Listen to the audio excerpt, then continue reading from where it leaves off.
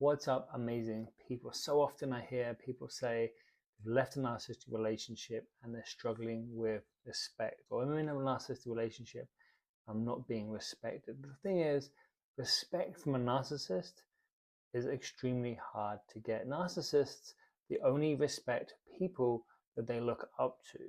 And the people they look up to are people who are like them or do worse than them. So they look up to the serial killers. They look up to the Hitlers of the world. They look up to the psychopaths. They look up to people who are willing to do what it takes to achieve what they want at the cost of everyone else.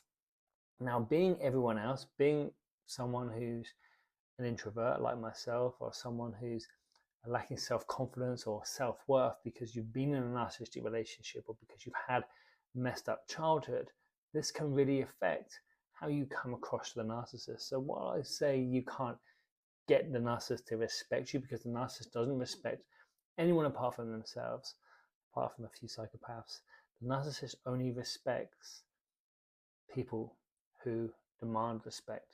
So if you want to get any ounce of respect out of a narcissist, you've got to show the narcissist that you're worthy of respect, that you expect respect.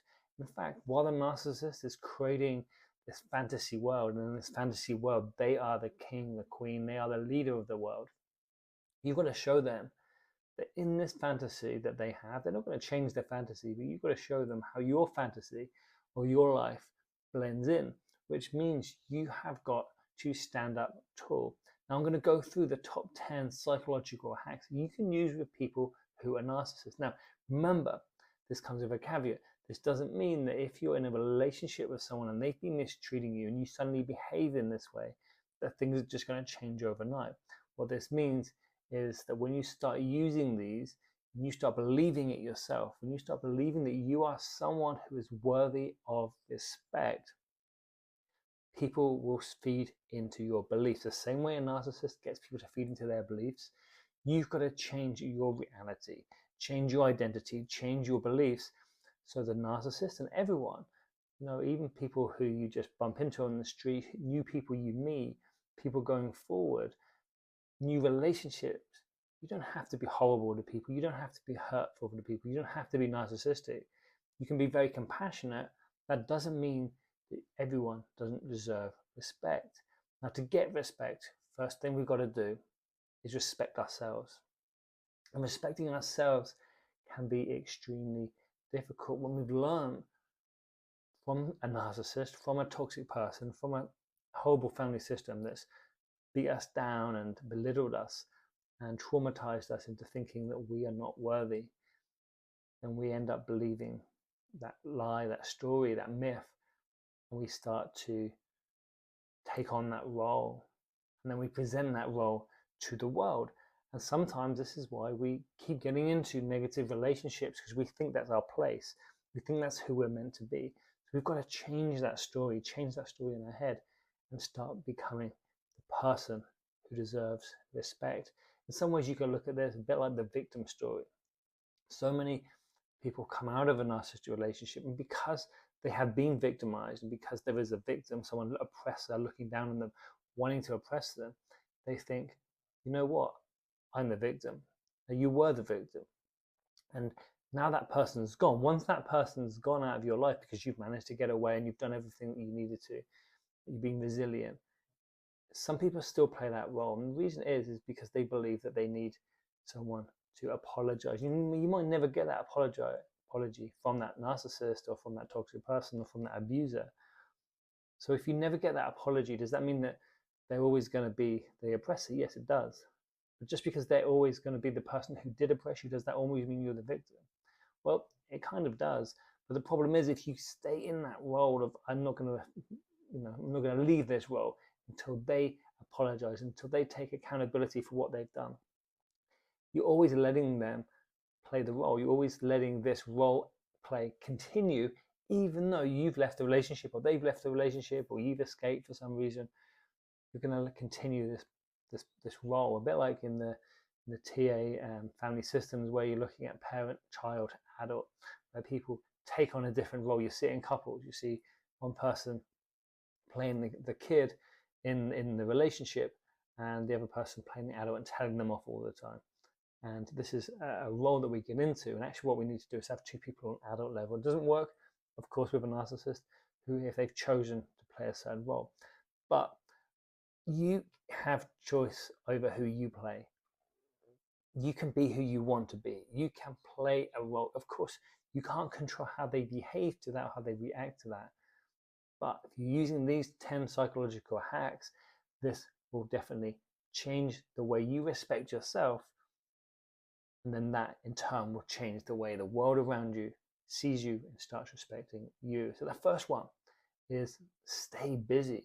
What do I mean by stay busy? I mean, be busy. I mean, have things in your diary. Have a diary of you. Because you know what? Even if you say, oh, I'm not busy, I don't have a life, nothing's going on in my work, write that in your diary. Schedule in that as time for you. If you've got empty diary, put in time for you. If you don't want to do something, this means that when someone comes up to you and they're going to say, hey, I've got a request, can you stay late, can you do this? You can say, oh, no, that's my time, I've scheduled something in, I'm busy. The more busy you are, the more you have, not just things, I'm not saying just do random things for no reason, but do stuff, do new stuff, try and live an amazing life. We only live one life. And you know, I've got a calendar up on my wall which reminds me, and every week I can tick off a week, and it's got like an 80-year list. It's only 56 weeks every year, and I'm going through it, and I'm more than halfway now. So I know that I've used up all these tokens. I know that I got half of the tokens, or less than half of the tokens maybe left, maybe a bit more. You just don't know, right? So use those weeks, use that time to do stuff that benefits you, do stuff to build your confidence, do stuff to have fun, to enjoy yourself. And make sure you schedule that in, whatever it may be, even if it seems silly to other people, schedule it in and be busy so that when people ask you, you go, hey, I'll get back to you. I'll check my diary and I'll get back to you.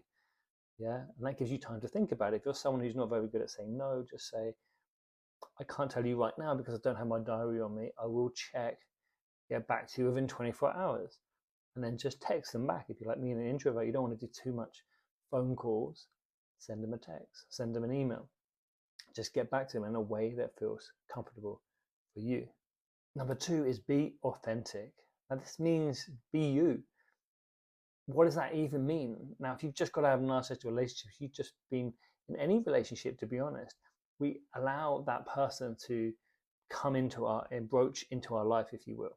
So we're always making excuses for other people, always making way for other people, making space. If you live with someone, if you're in a relationship or you're in a parent, you have children, if you live with someone, then you know there's certain things that like you would do the house differently, you would paint the house differently, you would change the things differently, but you have to find a way to manage those expectations. But by being authentic, you show that you are a strong person. You are someone who needs to be respected. Now, this doesn't mean get obsessed and be like, I need it my way. But saying, hey, this is what I want. This is what I deserve. I am putting my foot down and saying, no, I don't want to eat Thai food tonight. I want to eat Chinese food tonight. You know, rather than being one of those people who's always like, oh, whatever you want, whatever you want. You get respect by saying, I want Chinese food tonight, even if you don't do it, I don't mind. I'm just saying what I want.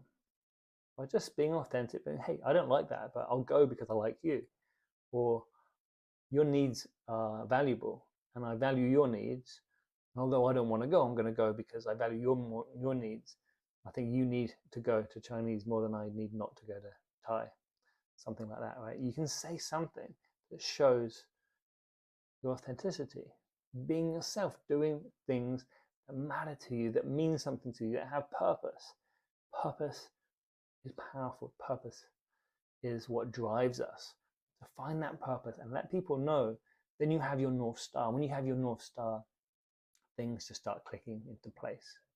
Number 3 is boundaries. Set amazing boundaries. When I say amazing boundaries, I mean make them amazing. You have a boundary, that is great. You have your own house and your own garden, and in that garden you have fences, and these are amazingly beautiful fences because you've put them up and you've made them look how you want to make them, and you put them as close to you or as far away from you as possible, and you put them around certain trees and not around other trees, because there's certain things in your life that matter. So boundaries, they can affect so many different things, from time, how you spend your time, from relationships, from how you spend time with people, and how intimate you get with them. So intimacy, massive boundaries need to be around intimacy, around sex. People don't talk about that enough, but do you have sexual intimacy boundaries, and are they aware of them? Make sure you're putting fences around these places. You need boundaries around your stuff. Is people borrowing your stuff all the time? You need boundaries. Okay, boundaries are so important. Any way you can think of that you need a boundary, make sure you put it in there. We need them in all these different places and building these beautiful fences. But don't forget, the beautiful thing about a fence is it can have gates, and gates can have key codes on them. So you can say to certain people, hey, I'm going to let you in to that gate at a certain time.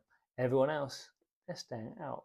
But knowing that you're in control and you have these boundaries, and if people cross these boundaries, you have an alert system that says, hey, hold on a minute, that's wrong. I'm going to have to put up a double boundary. I'm going to have to put up a bigger fence. I'm going to have to put barbed wire on that fence just to stop you coming over.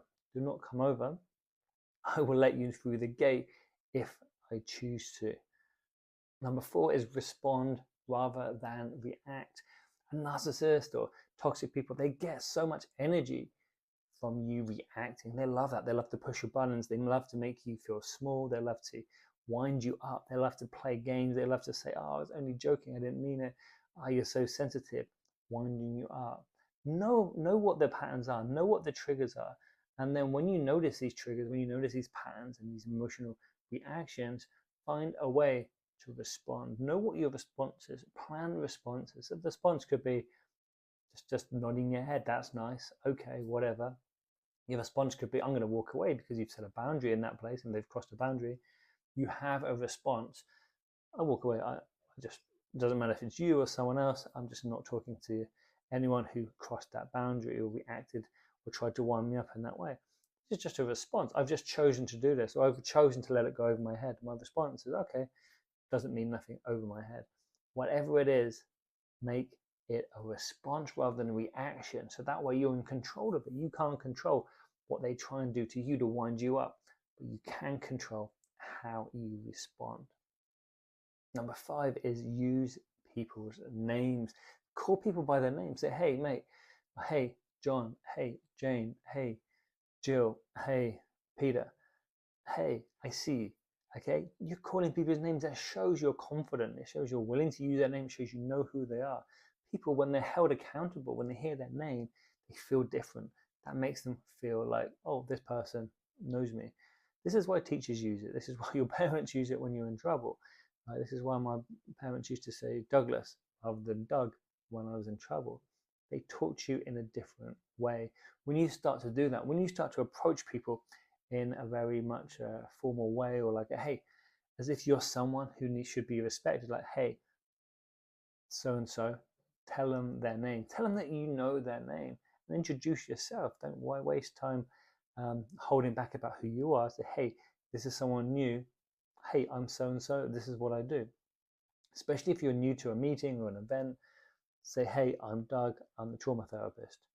Now, people are going to remember you. If you're an introvert like me, when people remember you because you're Doug, the trauma therapist, that's great. It helps you to be known. You don't have to go and introduce yourself for the rest of the day, but everyone remembers that's Doug, the trauma therapist, and people will come up to me and say, hey, I heard you say that you were a trauma therapist. Now they've got a way to break their ice if they want to, but also you've set some ground of, hey, this is me, this is who I am. I'm not just that weirdo in the corner that you're not sure about, and probably kind of starting to worry if like I should be here or not. So anything that you can do that shows confidence, that feels uncomfortable, you're in the right place. You're moving towards that uncomfortability. By moving towards that uncomfortability, you're starting to grow, and growth is what we need. Posture is so important. If you're standing or hunched, if you're standing like this and you're just like hiding from the world, people are not going to respect you. you're not going to respect yourself. Show people you respect yourself. Stand up tall. Act like you have a string attached to the ceiling, so like your head is up straight, like you're meditating. Don't have your shoulders all hunched like this. Make sure you relax your shoulders. Allow yourself to be relaxed, but calm, but confident. You can just move your shoulders so you rotate them so that they're back, and you're just sticking your chest out a little bit, not too much. You're not trying to go, oh, look at me. You're just trying to say, hey, I'm here, and I'm aware of who I am, and I'm aware of my body. That's all you need to do. You don't need to do literally any more than that. But your posture is massive. Look at your posture right now. How are you sitting? Are you crossing your arms? Maybe you're cold, but maybe you're going to be looking like someone who doesn't respect themselves, who's a bit shy, who's a bit kind of hiding in the world. Now that's okay, but try it. Even if it doesn't feel right, try and expand. Try and just take up the room. Try and take up a bit of space. Try and move around. Try and stretch. Even just stretching in front of people in a way that doesn't look too weird can actually work wonders. You're kind of taking up the space. This is why you see athletes and people before they're going on stage. They'll go around the room, they'll go around the auditorium, or they'll go around the stadium. They'll just breathe it in. They'll breathe it in. They'll see the space, and they'll even like imagine their breath going all around the room and then coming back. Like this room is theirs now. Okay, and if you can imagine that, if you can imagine this room just becoming yours, you take that on board, and it becomes part of you. It becomes who you really are. Stop saying sorry. If you're British, you probably say sorry far too often. And if you're like me, like an introvert, or someone who just wants to kind of keep out of the way and just get through life quickly, you'll probably find you're just kind of bumping into people saying sorry, rushing around. But you don't have to apologize unless you did it on purpose, right? You don't have to take accountability for something that you didn't do. It was 50-50. Just say, hey, no worries, thank you, kind of thing. If someone offers you to go out for the evening and you say, no, but thank you, I appreciate the offer.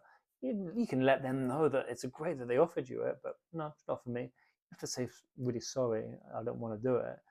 Well, why should you apologize for being you? Again, it's if you want respect from people, and the most important person is yourself, if you want respect from yourself, you have to say to yourself, thank you. Thank you for being you. Thank you for being authentic. Thank you for just allowing myself to make the decisions that I want to make. Don't take life too personally. Now, this is easier said than done for some people because we get triggered so often. But this is the thing, toxic people, narcissists, they know how to trigger us.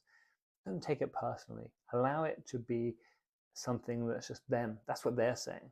It's like if you walk past some graffiti on the street and it says, fuck you, you don't think, I hate that graffiti. You don't think that graffiti artist was talking to you because you know when it was written, it probably wasn't written about you. Obviously, if it had your name above it and it said so-and-so, blah, did this, then it would hurt you. But try and treat the narcissist or the person who's toxic the same way. Don't take it personally. They have no free will over how they act. You can't stop them or change them. They can't take accountability. They can't take responsibility. But you can allow it to go over your head. It doesn't mean allowing it to happen or forgiving them, but you can allow the pain to go over your head and actually stop the incident. You can say, well, no, I've got a boundary. That's not right. But, I'm not going for that. It doesn't mean you have to take on the hurt that they want to give you. The hurt can kind of go one way and then you can put them the other way. You just continue on your journey. You don't have to allow the pain that the narcissist wants to inflict on you to get inside you. Surround yourself with positive people. You've probably heard the saying where they say that you are the sum of the 5 people, the 10 people you hang around with. If you hang around with 10 people who smoke, you're going to be the 6th person who smokes. If you hang around with 10 millionaires, you'll probably end up becoming quite wealthy. So find people who are positive, find people who respect themselves, but also respect others. Become that type of person. Choose to hang around with the people who are good for you.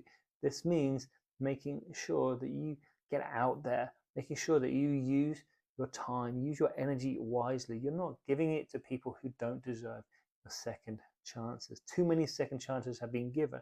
And what happens is you give someone a second chance, they break it, then you feel bad that you did that or you didn't do it properly or something happens, makes you feel like it's your fault. You then feel guilty.